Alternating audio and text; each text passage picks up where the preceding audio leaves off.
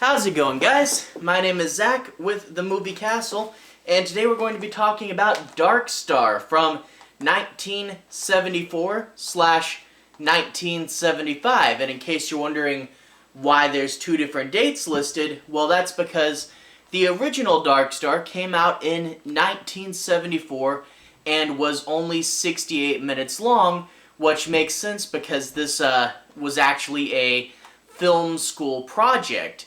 A Hollywood producer, Jack Harris, found the film and wanted to distribute it, but it was too short, so what he did was he had them go ahead and shoot an extra 15 minutes to make it feature length, and then that version, which is the one that most people saw, came out in 1975. I have the version here with both versions on it, which is great, but for the purpose of this review, I watched the longer one because I'm a sucker for extra footage. This is directed by John Carpenter. John Carpenter's first feature-length film, which is great. I'm a big John Carpenter fan, and I've decided quite recently, and why I'm doing this, is I want to review all of John Carpenter's movies. I've reviewed a few of them before, but I thought, why not start at the beginning and try to get some of them crossed off. So I'm going to do this one, and I'll probably do Assault on Precinct 13 before too long. But in addition to being John Carpenter's first feature-length movie, this is also the first feature-length movie of writer Dan O'Bannon. Dan O'Bannon, kind of underrated as far as people actually knowing his name, but his work, if you know his work, you'll be like, oh wow, it's that guy.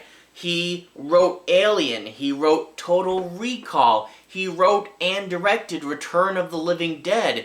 It's just kind of sad that if you're a scriptwriter, you don't get the recognition you deserve, but his movies are classics, and I'm a big Dan O'Bannon fan, and to see him and John Carpenter get their start in one place is really, really cool. And I definitely recommend looking more into who wrote your favorite movies, not just directed them, because Dan O'Bannon's pretty cool, and I really do like his stuff. In addition to being on the writing team for this, he also helped with the editing and the special effects. In addition to all that, he's actually one of the actors. He is actually in this movie as a Pinback. And it's really cool to see him just doing so much work and getting all this stuff done for the production, to see him believing in it and really working hard for it.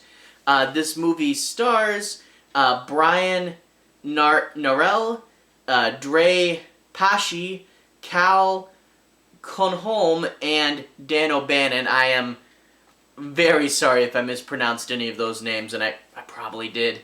But anyway, let's go ahead and dive right into the plot. I'm not going to be doing any major spoilers, but I do want to say my piece on a few plot points and make sure you guys have a basic understanding as to what this movie's about. And this movie, it opens up with a very insincere message from the government to the crew of the Dark Star. The Dark Star is a ship in deep space about 10 years away from Earth. The inhabitants have been in this ship for 40 years, but have only aged 4 years. And it doesn't look like they go into cryosleep. I guess it's that whole Einstein man zooming around in space principle. But they're in this ship, away from everybody and neglected, and the government sends them a message saying, oh, we're sorry to hear about the death of your commander. We had the flags at half-mast for a week or something. And you can tell that they're saying the right things, but do they really mean it?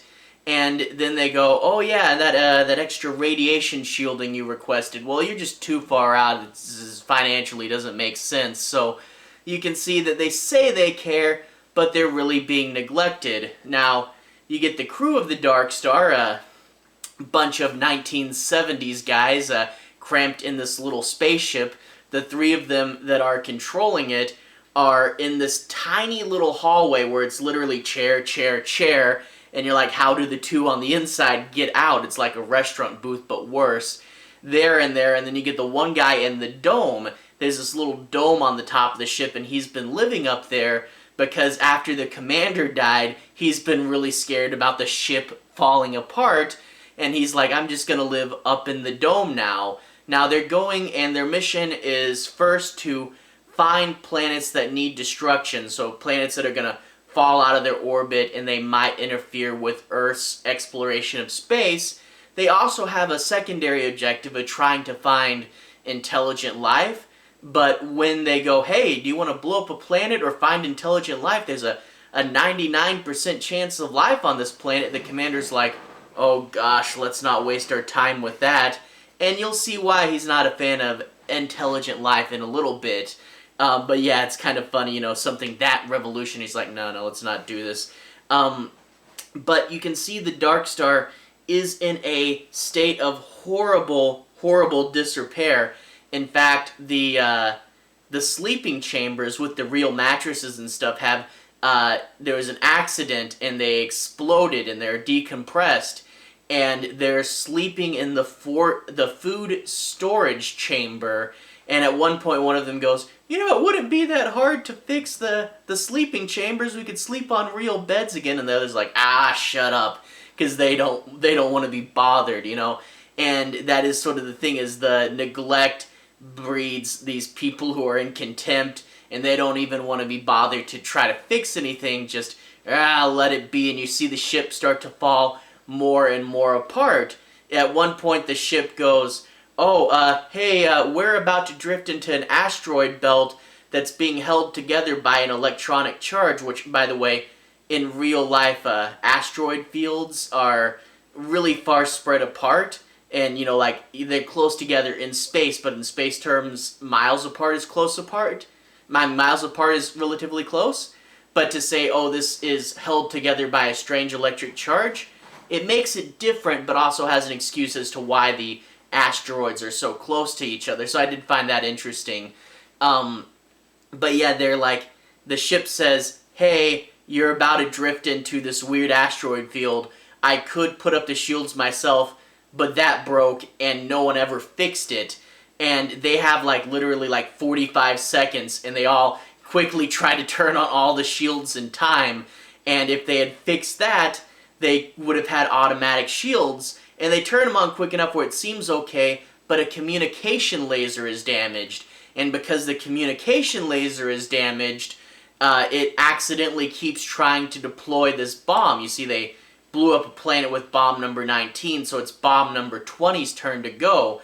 It's this big box-looking thing, and the bombs, for whatever reason, have AI in them, and they have to talk to the bomb and say, look, bomb, you're not supposed to blow up. And the bomb's like, I received the order, I'm supposed to blow up. And they're like, no, it's a mistake, don't blow up. And you see, because they didn't fix the automatic shields, the communication laser broke. Because they didn't investigate and find that the communication laser broke, that ends up keeps triggering bomb number 20, which is going to be a big problem. And you really see the cycle of neglect. One thing that gets neglected, something gets broken, that's neglected as well, something else gets broken. And in addition to the ship being neglected, you also see that the men are neglected. They're out in space for 40 years, and presumably, even though they haven't been aging that much, presumably they've been conscious for 40 years, and you can see it really strain on their mind, and that's why they don't fix anything, is they're all really tired and depressed. You get one scene where he's the new commander, Doolittle, who he's in the dome with the guy who's afraid to leave, and he's just talking about surfing and how he misses going back to Earth and surfing. And you see that, these men are also neglected like the ship's neglected, and you really do get to see what it would be like, these men left alone on a spaceship, forgotten about, no one really cares about them, they won't send them new radiation shielding, so the government's telling them, hey, we don't care about you. They're sleeping in a food storage locker with garbage, and with just, pictures of women all over the wall, and they're grumbly, and they start to bicker with each other, hardly ever outright fighting, but you do get to see them bickering, and that really is, the theme of the movie is neglect. And it is a a really interesting theme. And getting into what this movie is really good at, the pros, first and foremost, is it is a really interesting theme, the theme of neglect, but also you get to see early O'Bannon, and you get to see tropes that he would later use in Alien. You know, you get lived in space. By the way, lived in space in 1974. That's pre-Star Wars of 1977. Lived in space before Star Wars? Very, very rare, and it's cool to see that they have it here. You also get, like in Alien, all the characters referred to as by their last names, Doolittle and Pinback, and that trope would be used later in Alien. And you also, like, I really like this idea of humanity is out into the stars, and they're searching for extraterrestrial life, and you see that they're just right on the cusp of finding it. It's not where there's no aliens, and it's not where there are aliens everywhere. It's just starting to find aliens, and speaking of which, the alien, one of the more memorable parts of the movie, the alien looks like a big tomato, quite clearly made out of a beach ball with little chicken feet on the bottom. It's a really weird design, and you know, when Doolittle was talking about, oh gosh, let's not look for extraterrestrial life, he refers to this thing as that vegetable thing, and you find out that Pinback brought it aboard because he thought the ship needed a mascot, and he grew to hate it. And yeah, it's this, rather than like the alien from Alien, it goes out and causes destruction, this one gets everything messed up just because it's stupidly wandering around the ship. It's haphazard destruction, you know, rather than with any sort of purpose. And it is this weird little fun creature that really is one of the more memorable and strange moments of the movie. And I guess that is one thing we should talk about. It's not really a flaw per se, but it is one thing that people talk about, and the people that don't like this movie, this is what they bring up in. And that is, it's a very weird and strange movie. I mean, tomato aliens, talking bombs, 70s guys in space, with lots and lots of downtime. You know, this movie, there's scenes where there's action and stuff, but you really just get a sense of how these guys live, and it is really weird, you know, downtime in space, but I have a feeling that, you know, why all these movies try to be realistic and try to go, oh, space, we might do this.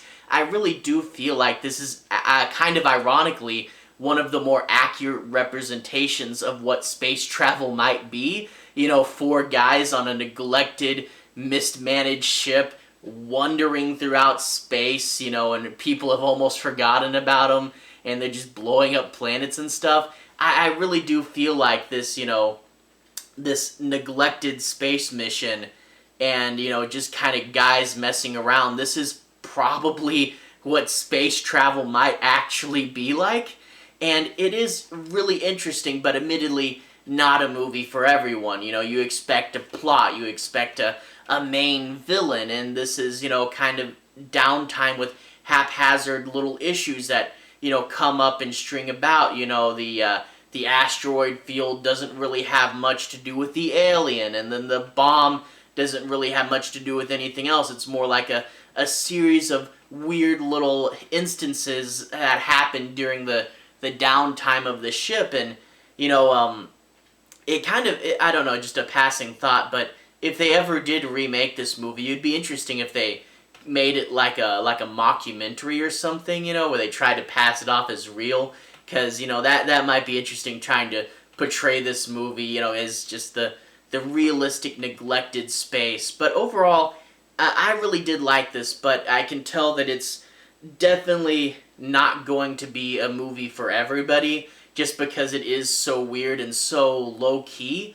But even though it is low-key, you do get some really good themes, you know, like I talked about, cycles of neglect, you know, where you just see the ship start to crumble under the weight of this neglect, and you do get, you know, John Carpenter, known for being one of the biggest names in horror. There is one scene towards the end, the freezer scene, where I'm like, okay, this is a very good, dark, creepy moment, and you really do get to see that John Carpenter understood dark and creepy stuff with this one moment here. But you also get, like I said, it's not just Carpenter's start, it's O'Bannon's start.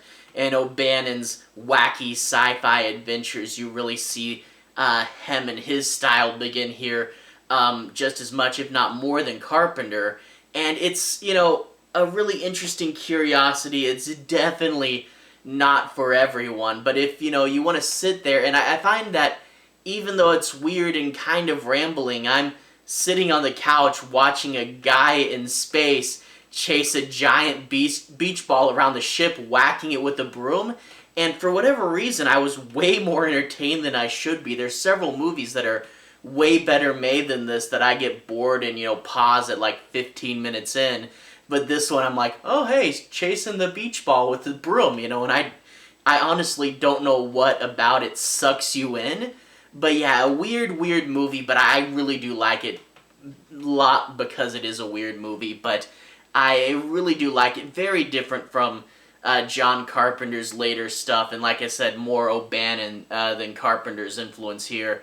But it's an interesting place to see him start, and they would both have careers that went on to do really great, and I really do like this really interesting start point.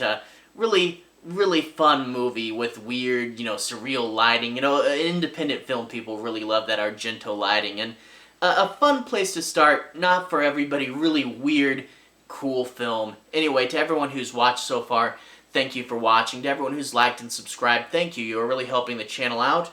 I'll put a relevant playlist on the bottom if you want to see more. Probably be my John Carpenter playlist. I have reviews for Halloween, body bags, and a complete physical media collection. Anyway, relevant playlist on the bottom. Have a good day. I'll see you guys again very soon. John Carpenter playlist down there. Have a good day.